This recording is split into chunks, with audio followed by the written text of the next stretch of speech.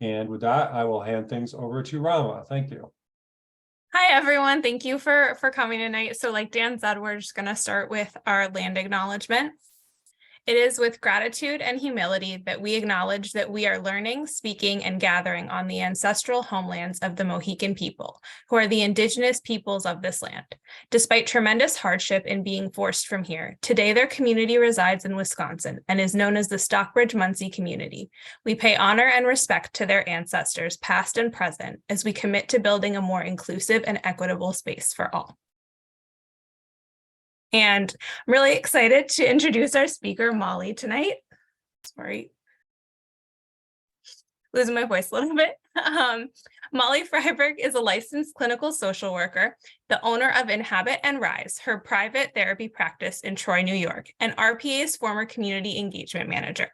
She trained at the Kripalu School of Mindful Outdoor Leadership to become a certified mindful outdoor guide and studied at the Gestalt Training Institute of Philadelphia. Currently, she loves offering in-person, virtual, and walk and talk therapy out in nature, training therapists and counselors about mindfulness in nature, supervising MSW students at SUNY Albany, and guiding mindful nature walks and events throughout the area. Thanks, Molly. Hi, thanks for having me. And thanks for everyone for being here. So I want to start by sharing about what drew me into nature-based wellness practices about 8 years ago. When I was extremely burnt out as a social worker and sort of just in life, some years back, I found that idle time outdoors, being present moment by moment, helped me recover my senses of being embodied and alive, my wonder, my curiosity, and the sense of connection. So allowing myself this time for connection was how I recovered and moved into a life of my own that didn't burn me out. In 2019, I studied at Kripalu to become a mindful outdoor guide and started guiding mindful nature walks, aka forest bathing, for RPA. And I opened my private practice in Troy as of September of last year. And I often integrate nature-based and mindfulness practices. Through this work, I keep returning to the feeling of wonder, playfulness, and freshness I get when I spend time outdoors, just like messing around, checking out what's going on with things other than me. So this work runs deep for me, and my hope is to see ecosystems thrive, for humans to remember a reciprocal relationship within our environment, and to care for ourselves and our earth as one and the same. So thank you for being interested in this topic and letting me share about my love. So let's dive in. First, I am going to take you on an emotional roller coaster ride by talking about a bunch of serious problems related to human unwellness. But after that, we will talk about how nature connection is an incredible resource to put against these very problems, learn how to do 2 nature connection practices, and we'll end on a high note with a little taste of nature connection mindfulness. You will be surprised about the serious impact nature connection can have. But first, we're going to go into the problems. So first, we're going to start out by learning some basics about how the brain and body deal with stress, so we can consider how the brain changes in response to chronic stress and traumatic experiences. I bet we can all identify the symptoms of stress and how they show up in people. They're restless sleep, moodiness, forgetfulness, hypervigilance, irritability, overwhelm, and isolation. When we experience something stressful, our nervous system kicks into gear to prime us for instant action, aka our fight or flight mode. In this mode, we get a burst of alertness, our heart rate and blood supply to our muscles gets boosted. And this is really great if we need to jump into action against a real threat, like a moose on the loose on the plateau. But if stress is prolonged, it becomes toxic to us. The brain actually changes. The amygdala, the fear center of our brain, stays online and is more active. Our prefrontal cortex, responsible for regulating concentration, decision-making, judgment, and social interactions, it shrinks. And balances of serotonin and dopamine, which are the brain chemicals responsible for feeling good, these change. Many mental health diagnoses have a strong association to a prolonged stress reaction. It has harmful effects on all vital organs. People who endure prolonged stress are more likely to suffer from cardiac-related disorders, type 2 diabetes, and infections. Even if a stressor goes away, worrying about it, coming back, or thinking about how the stressful thing felt causes our bodies to manufacture that same fight or flight response as if we were right in that situation again.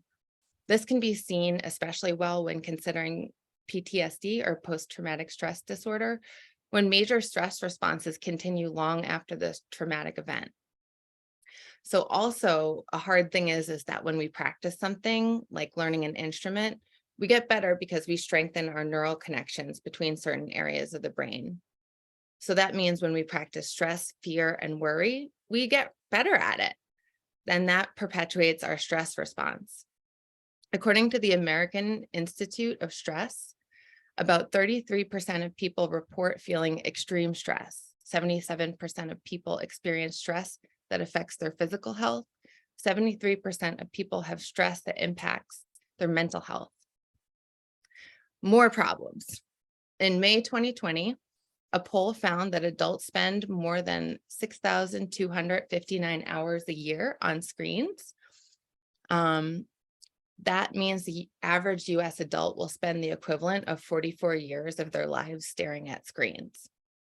I'll keep going. Decades of data supporting the need for close interpersonal contact in young people, and many population-based studies show links between the amount of screen time young children have daily with increased body mass index, fewer minutes of sleep per night, and delays in cognition, language, and social emotional development.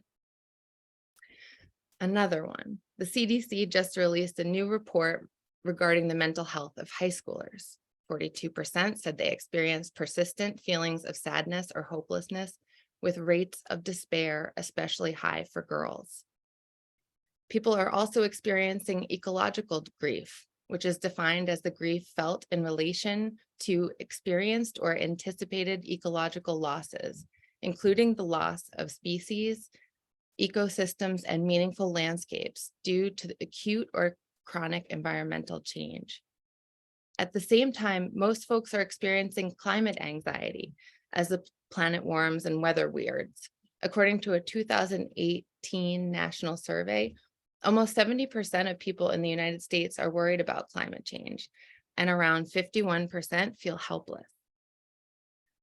Black and Indigenous people and people of color face even more risk factors for wellness and access to healthy, safe landscapes as we locate ourselves within this culture that privileges whiteness and inflicts injustice and violence on non-privileged identities. BIPOC people in our society are left vulnerable to experiences of unmitigated hypervigilance and trauma. Understandable physiological and psychological responses to threats to your survival, and the trauma is systemic and personal racism. Over time, this level of stress plus lack of control over outcomes and race-based power dynamics easily becomes toxic. And even our attempts to cope with all of this can be problematic. Engaging in mass consumerism is one way people cope with difficult feelings. It's not bad in and of itself, but it creates problems in our ecosystems. Not allowing ourselves to feel our feelings keeps us trapped in consuming more and more goods, food, etc. In this way, avoiding our own inner experiences can cause us to engage in practices that hurt the earth and are completely unsustainable. I'm just going to grab my water bottle. All right, next slide of problems. So we're going to zoom out and take a look at an even larger consideration affecting our wellness. Take a look at this picture from the excellent movie, Troop Beverly Hills. I recommend it. This illustrates the false belief that has been set up in our culture, that humans are separate from nature. And so what I mean by this is like, here is me, here is this vague, big thing called nature. I can go visit it. I can immerse myself in it. I can even nurture my relationship with it. Then I go home and I am me and nature is itself. Or I might say I'm not a nature person. I might even believe that I can't move my body in certain ways that are inherently natural because I'm conditioned to believe that some ways of moving are more acceptable for humans. If I believe in acting civilized, I might also miss opportunities to explore my environment through touch, smell, hearing, and taste, like other species and our ancestors did. So herein lies the problem. Even saying that we are in relationship with something called nature is naming something called nature that is separate from me. In this way, we set ourselves apart. We miss out on experiencing our own intrinsic feeling of belonging in the world, lose the skills to nourish ourselves with what the earth provides, and forego that sense of support and gratitude for being provided for. We might even experience species loneliness. Robin Wall Kimmerer, author, celebrated botanist, and member of the Citizen Potawatomi Nation, defines species loneliness as a deep, unnamed sadness stemming from estrangement from the rest of creation, from the loss of relationship. She continues, as our human dominance of the world has grown, we have become more isolated, more lonely, when we can no longer call out to our neighbors. So my world gets smaller and choices more limited when I decide to believe that I am not part of nature. Also, this labeling of nature as one general thing can cause us to miss connections with nature when we're where it is. Like the air around us, like water from the tap that arrived here through the tributaries of my local watershed, or a puddle that was once a cloud, like grass, ants, and earthworms and sidewalk cracks, like the gray wacky stone used to make roads that was formed by volcanoes 400 million years ago. That is the main type of rock native to the plateau. So you could look at the roads to even see that nature is present. These are all present, but our senses and our awareness are not. Richard Louv, environmental activist and author of the book, Last Child in the Wilderness, coined the term nature deficit disorder, which describes the human cost of alienation from nature. Among them are diminished use of the senses, attention difficulties, and higher rates of physical and emotional illnesses. Research suggests that nature deficit weakens ecological literacy and stewardship of the natural world. So what's being said here is that if people don't know about the abundance around them, if they don't know how to interact with nature, they won't treat it as important or interesting. They won't work to save habitat or other living beings. They won't vote for environmental policies. They won't steward their own land. So he is talking about the breakdown of our reciprocal relationship between humans and the living earth.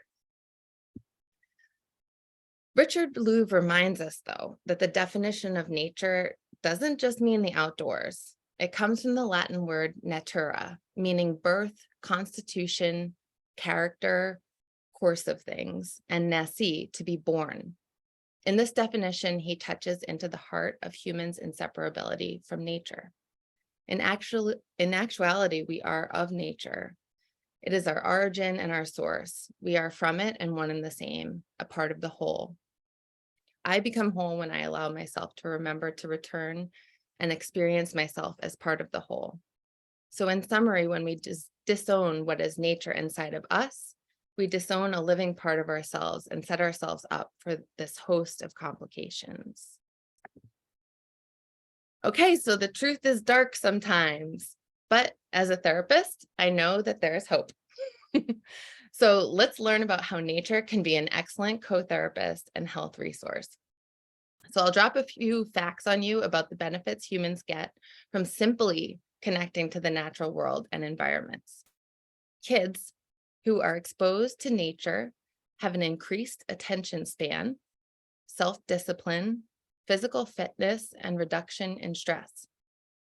Children with ADHD who take a 20-minute walk in the park improve their symptoms similar to using prescription stimulant medication. Studies show that exposure to nature causes the lowering of the symptoms of depression and anxiety, decreases blood pressure, heart rate, muscle tension, and production of stress hormones, and causes a reduced risk for psychiatric disorders in general. It even has been shown to promote cooperation and empathy levels within relationships. And there's more. Trees give off a compound called phytoncides. Phytoncides are a part of a plant's immune system and have antibacterial and antifungal qualities that help the plants fight pests and illnesses. When people breathe in phytoncides, our bodies respond by increasing the number and activity of a certain type of white blood cell called natural killer cells, or NK. Japanese researchers are currently exploring whether exposure to forests can help prevent certain types of cancer. Here's another fact. When you smell soil, the bacteria that lives in it enters the body and actually stimulates serotonin production, or the brain chemical that is responsible for feeling well-being. I love that one. Our studies show that nature sounds can regulate our nervous system when it's having a stress response. And one study showed that the more stressed people are, the better stress reduction response they had to hearing nature sounds. So the worse you're feeling, the better nature sounds are going to make you feel. And looking out a window with a view of plants can increase productivity at work and also speeds physical recovery of patients in the hospital. These are all studies that have been conducted, and this is all the research that's come out of that. So there are a few theories about why humans respond positively to nature and why nature makes such a good co-therapist. I'm going to just list them here and then go into more depth on a few of them. The relevant theories about why humans are so positively affected by nature are the biophilia hypothesis. This hypothesis posits that we have an innate attraction to all that is alive. The next theory is evolutionary psychology, which basically says that modern humans evolved in nature, so we are instinctively responsive to it. We have these reflexes and instincts from the past that still exist. Like when we're in certain types of landscapes, we experience stress reduction, and in certain types of environments, we feel more stress. Leading to our next theory, which is stress reduction theory and mindfulness. And that's one I'm going to talk about more in a moment. Attention restoration theory is another one that I'm going to talk about in a moment. Another theory about why humans respond positively to nature is the ecological systems theory. This theory says that people are influenced by their environment, and their environment is influenced by them. So we need to consider all the layers in an environment to understand the person. And that human behavior and wellness will be impacted by larger forces in the ecosystem, like haphazard development, pollution, and climate change. Finally, self-determination, or AKA wildness, is a theory which goes back to what we said earlier about the ways in which we have been civilized into hierarchical human roles to be apart from nature. Civilized society doesn't seem to fit our natural states, and by playing the roles we inhabit in civilization, we forsake our nature, experiencing feelings of loss of connection, dissatisfaction with materialism, degradation of intuitive ways, loss of bodily freedom and movement, loss of voice, disconnect from senses, and loss of empathy as a result. So here I'll go into stress reduction theory and mindfulness, because these relate back to what we've learned about our brains and are the most relevant to the nature connection practices we'll talk about next. Some of the other theories try to explain why humans are so affected by nature, but this one is more active and it teaches us how to work with this fact. So even if we don't know why for sure, we know that nature does help with regulating us when we are hijacked by our stress response.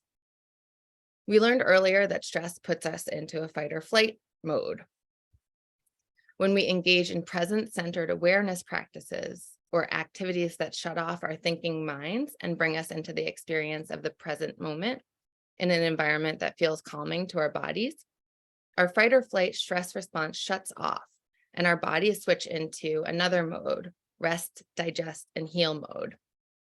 These two modes are like an on-off switch. Fight or flight cannot be active at the same time as rest and digest, or vice versa. So one turns off, the other one turns on, and they switch like that. So the cool thing is that we can help our bodies switch out of panic and into rest mode by actively engaging in things that speak to that rest and digest mode. Nature observation or mindfulness in nature is one of the present-centered awareness practices that can switch off the stress response. Studies show that just by being present and opening senses to natural stimuli, people received health benefits, including a lowered heart rate, lowered cortisol levels, which is one of the stress hormones, a boosted immune system, increased positivity, creativity, and memory, a boost in empathy and in attention. And there is something even better. As we practice switching out of fight or flight mode by choosing to wind down in nature consistently, our brain begins to rewire to more easily be able to turn off our stress response and access our rest and digest mode. Just like practicing worry makes us better at worrying, when we practice consciously relaxing on the regular, our brains get better and better at being calm and relaxed and are better able to handle stress, even in the toughest situations. So that is stress reduction theory. And next, I'll talk about attention restoration theory. Rachel and Stephen Kaplan's attention restoration theory describes the psychological benefits of restorative environments. Their basic conviction is that humans have two kinds of attention: directed attention versus soft fascination. Direct attention requires mental effort, and its overuse leads to what they call directed attention fatigue. Directed attention fatigue results from the overuse of our brain as it tries to handle incoming distractions while maintaining focus on a specific task. In other words, directed attention fatigue occurs because we get exhausted trying to block out competing stimuli. This directed attention fatigue is associated with impulsive behavior, agitation, irritation, and decreased concentration. However, a shift to soft fascination may facilitate restoration and recovery from directed attention fatigue. The Kaplan's research shows that we can recover after a period of directed attention fatigue by what they call being away in their research. And they define being away as being able to psychologically get away from present worries, demands, and the environment that was draining our attention and energy. And as we get away, we experience the second type of attention called soft fascination. During soft fascination, one's attention is being held without any effort expended. In other words, restorative environments hold your attention without you having to focus or direct it in a certain way. And studies about attention restoration show that natural environments were consistently restorative, and places where soft fascination could easily be achieved. In these studies, participants were able to focus better, perform better on tests, and be less stressed after even a short restoration period of time in nature, including people with ADHD and with mental health diagnoses. So let's talk about how you can put your new knowledge to work by learning 2 nature connection mindfulness practices. Our first practice is called a sit spot or a nature meditation practice. How many people have tried a sit spot or a nature meditation before? Raise your hand. Okay, so quite a few people. Wonderful. This practice is all about creating a deepening relationship to place.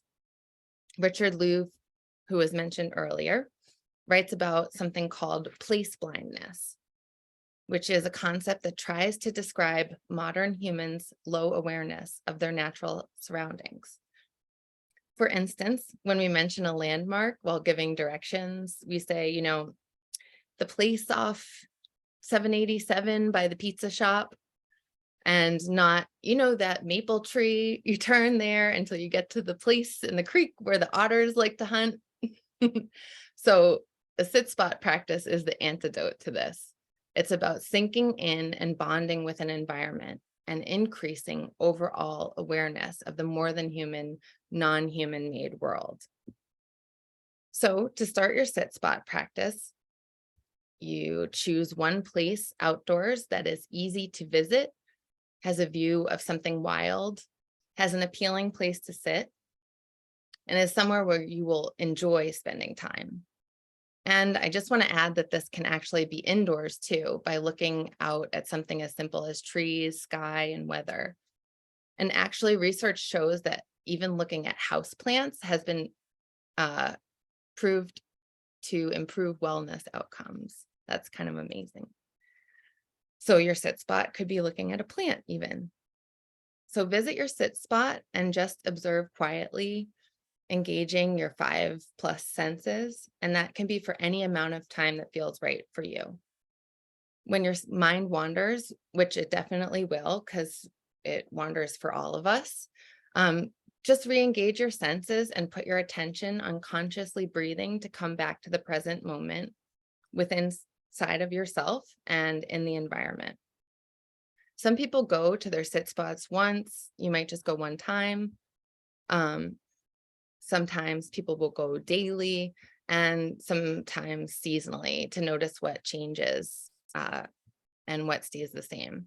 I really love to go to the same place every season. And I'm always just in total awe and surprised by what changes and also by what stays the same. Like when I go out in winter, I'm always surprised at how much color there is around in the forest. Like lichens and moss are still really colorful, and the clouds really stand out against the sky. And if you're doing this sit spot practice with kids, you might try taking a page from Flying Deer Nature Center's Forest Kindergarten. They had each kid pick out a sit spot under their own tree. Then they each decorated a ribbon to tie around their special tree and would go to their sit spots for a few quiet minutes each day. My teacher at the Kripalu School of Mindful Outdoor Leadership, Micah, he offered this wisdom about settling into a sit spot. He says, anytime that someone enters a forest, a field, or another wild environment, creatures such as birds, chipmunks, or squirrels warn their communities of impending danger by sounding an alarm that often goes unnoticed by the average person. As you begin your own practice of nature meditation, you will notice these signals of your arrival. The more mindful you are upon entering the environment, the less pronounced your disturbing effect will be. Once you settle into your place of meditation, the ripples of your entry will begin to disperse, and the rhythms and activities of the more than human world will begin to reestablish themselves. I always love to listen for bird alarms, and that's when birds are making a lot of noise about you entering the forest. And it's fun to say bird alarm. Our second practice that you can try is called forest bathing, or you can come with me on one of my outings. I'll have one with RPA on April 22nd. Forest bathing is also known in Japan, which is its country of origin, as Shinrin-yoku. Shinrin-yoku means taking in the forest atmosphere with all of your senses, and engages practitioners in a series of steps to slow down and be present. The Japanese Ministry of Health was seeing mental health concerns come to a crisis in the 1980s when stress and suicide rates skyrocketed with booming growth in the economy.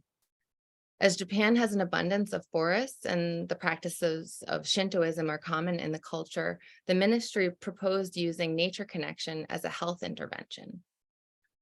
Over 30 years later, it is now a widely used, well-regarded, data-supported intervention, with many studies coming out of Japan, Finland, the UK, and New Zealand. So next, I'll tell you how to do it. The first thing you have to do is visit a forest. You already knew that. In our Capralo training, we learned to stop to notice thresholds, or the entrance to a forest. Before entering the threshold of the forest, you can see if you'd like to ask the forest if you can come in or set an intention, or if you'd like to do anything to mark the crossing into this new environment. Once you enter, stop and center yourself with breath, almost like you could dissolve into fascination with the sensations you feel while you're breathing. And making exhales longer than inhales, which actually triggers our rest and digest mode. Maybe sighing out any tensions that are not of this moment. Then you can do some stretches as you continue to breathe, seeing if you can move with your breath. And this is about tuning in and dropping into your body. And as you do that, you're going to kind of open up your 5 senses. That's your hearing. You can listen for all the sounds all at once. You can try to pick out one sound to listen to. You can see how it's different to hold your ears like this, and just experiment with different ways of using your senses. I love looking at little lichens and moss up really close. Sometimes I'll bring a magnifying glass to look at them, and I do bring magnifying glasses on our forest bathing outings, and that gets really fun. And as you walk, so then after you tune into your 5 senses, you're going to walk really slowly, like more slowly than you've ever walked, uncomfortably slow, with all of your senses open. And let yourself walk off the trail and follow impulses of curiosity, fascination, and freedom. I really like to walk around and balance on things and check out the root balls of tipped up trees. I'm really into smelling dirt and pine needles. I love listening to the sounds of the wind and birds, and just kind of looking up as I walk. And I said, like, looking at little tiny things is really fun. So as you walk, just let metaphors wash over you. One that comes up a lot for people is like a life cycle, like watching decaying trees and seeing life come out of trees, or out of these dead logs. There's mushrooms abounding and critters living inside.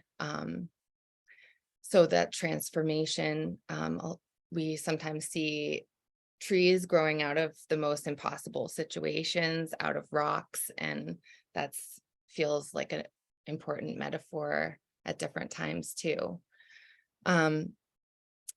So dissolve into feel what it feels like just to move in your body, connected to breath, without needing to fix, change, or stop yourself from lively movement. And also you can offer yourself some grounding by feeling the support of the earth under you and the force of gravity holding you to it. If you're with someone else, stop periodically to just share what you're noticing. Each forest bathing session should end with a cup of tea, a final reflection, and giving some gratitude for whatever you're feeling grateful for in the moment. So we're going to try a quick meditation to give us a taste of these practices, if you're up for it. So let's just start by getting comfy in our seats and closing eyes. Just see if you can relax back into support so that you can let your bones be heavy. and your muscles don't have to work to hold you up. Invite yourself to bring your attention to your breath, feeling the sensations of air coming into the body, oxygenating and nourishing your blood, and of exhales traveling back out into the world.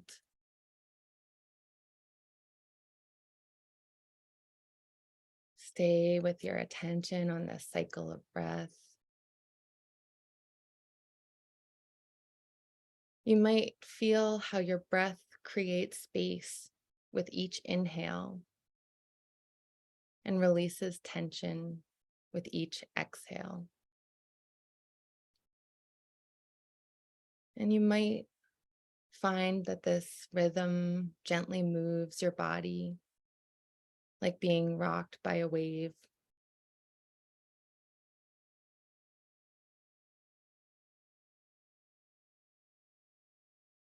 Let this rhythm deepen as you use your mind's eye to imagine yourself in the forest. Imagine that you're out there in the afternoon after a rainstorm, with sun dappling the ground with shadows and light. The forest floor is covered in layers of orange pine needles and decaying leaves, and the rough trunks of solid trees surround you. You can feel the silkiness of the pine needles underfoot and the spongy ground receiving each soft footstep, muffling your sounds. Your steps release the scent of the earth, and you breathe it in with each step. You feel for the temperature of the air on your skin. You can feel the chilly temperature. The humidity is rising from the ground, and the tree canopy above keeps the scented, soft air hovering near the earth. You can hear the wind rustling the treetops, but the bodies of these strong trees block the gusts from you, keeping the chill out of the air. In this forest, you inhale, receiving a breath from the trees around you. You exhale, offering a breath back. You continue in this simple reciprocal exchange that offers up the truth that you belong here. You are important in this cycle.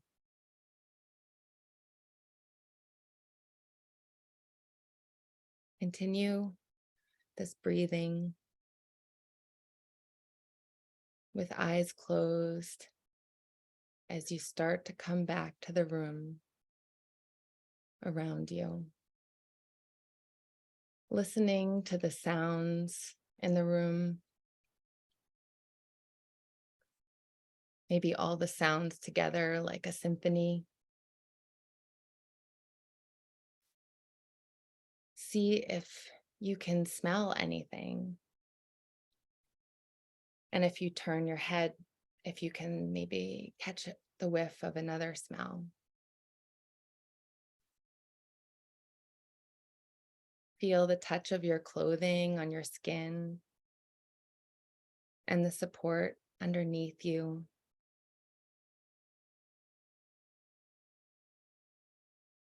And through closed eyes, see the brightness through your eyelids.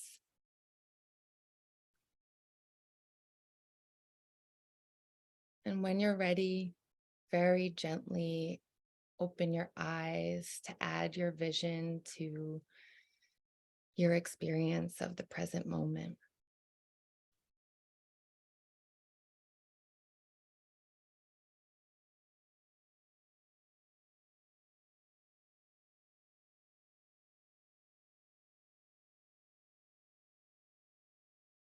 So thank you for practicing with me today. And thank you, RPA, for hosting me. I'm so happy to be able to share this with you. Next, we just are opening up for some questions with this cute owl. Hoot has a question. If you have a question, you can go ahead and type it in the meeting chat and I'll read them out loud for Molly. And we actually have one that was typed in during the presentation. So, as someone that needs my daily time in nature to calm all of my systems, I understand and agree with all that Molly is saying. But how do you explain to a person that only sees the negative? Bugs, snakes, mud, rain, hot, cold, etc., the value of nature? That's a great question. So in my therapy practice, I don't go outdoors right away with people. We have our first sessions indoors. And we kind of talk about that. Nature therapy is contraindicated for people who don't find that environment restorative, because it's going to ignite that stress response. But you can also work with people on that. Distress tolerance is often a piece of healing work, having difficult emotions and being able to tolerate them and function along with the experience of having a difficult emotion. So there's a type of work that's called edge work, where like there's the edge of your fear or where your comfort zone is, and just trying something that takes you 1 little percent over the edge of your comfort level. So, and exposing yourself to that stimuli and working through it with stress reduction techniques. So even people, usually you can kind of get into the nitty gritty of what the worry or the fear or the dislike of that of nature or being outdoors is. Like maybe it's ticks, maybe it's heat, maybe it's fear of other people being there, I don't know. And talk about how what skills you might use in an environment as distress is coming up. So then going outside could be exposure to that stimuli, and then practicing stress response, stress reduction skills. That's sort of a clinical answer. I would say for people, how do you tell people the benefits? I think just to keep inviting people out. Maybe luring them out with some sort of fun activity afterwards. I don't know, or telling them about your excitement in the environment. And I hope that answers your question. It was a lot of words, but I don't know if it answered your question. So we've got another question. Do you find this type of therapy beneficial to specific groups such as cancer survivors, survivors of domestic violence, veterans with PTSD? That's a great question. So I think one of the ways that a therapist might work in nature with people is embodying new narratives. So there's a lot of research about people working with nature therapy with victims of domestic violence. And there was this one really beautiful study where this therapist brought out a group of survivors who had experienced themselves as powerless and sort of receiving life instead of being active in it. And this therapist took this group out to hike up a mountain. And after that, they discussed what it took to climb a mountain, and these new identities started to emerge as strong and capable and adventuresome and active agents in their own lives. So this experimenting with new narratives is definitely a way to engage certain populations. One thing about working with veterans with PTSD, this can be a good intervention, but one way that it is contraindicated or it's not advised is like if someone say we were working with a Vietnam vet who was stationed in the jungle and had to crawl around in very stressful environment, and their PTSD or their re-experiencing is triggered in environments like that and creeping around slowly and quietly, that this would not be great for them. So talking about symptoms and experiences before is really important when considering whether it's a good intervention.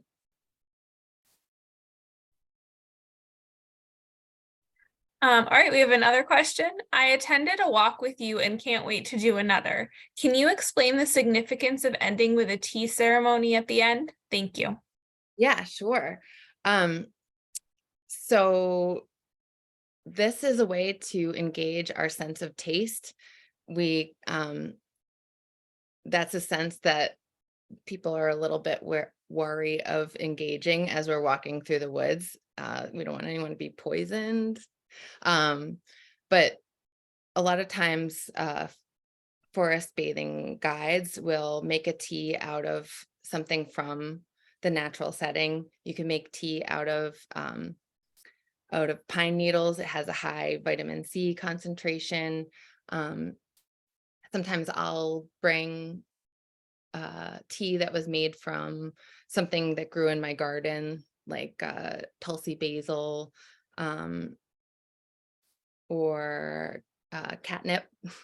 So it's a way to finish with kind of feeling the experience of holding the tea, feeling the heat of it rise, and then engaging the sense of taste.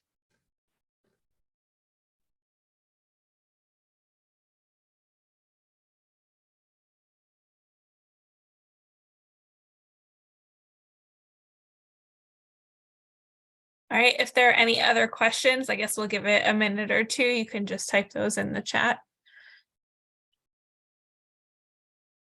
And if I didn't answer anyone's questions thoroughly, you can re-ask them.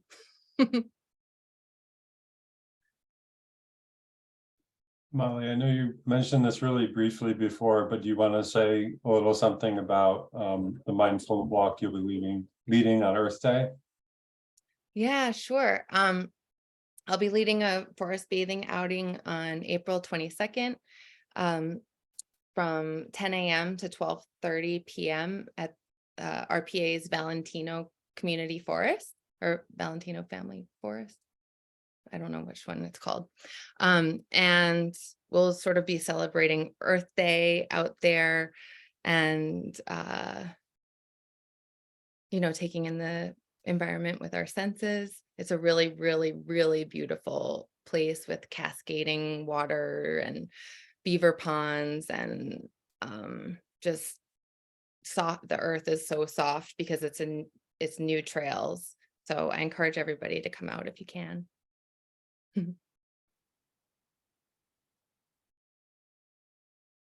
And that's up on the RPA page, as Dan just posted in the chat. You can register today if you'd like.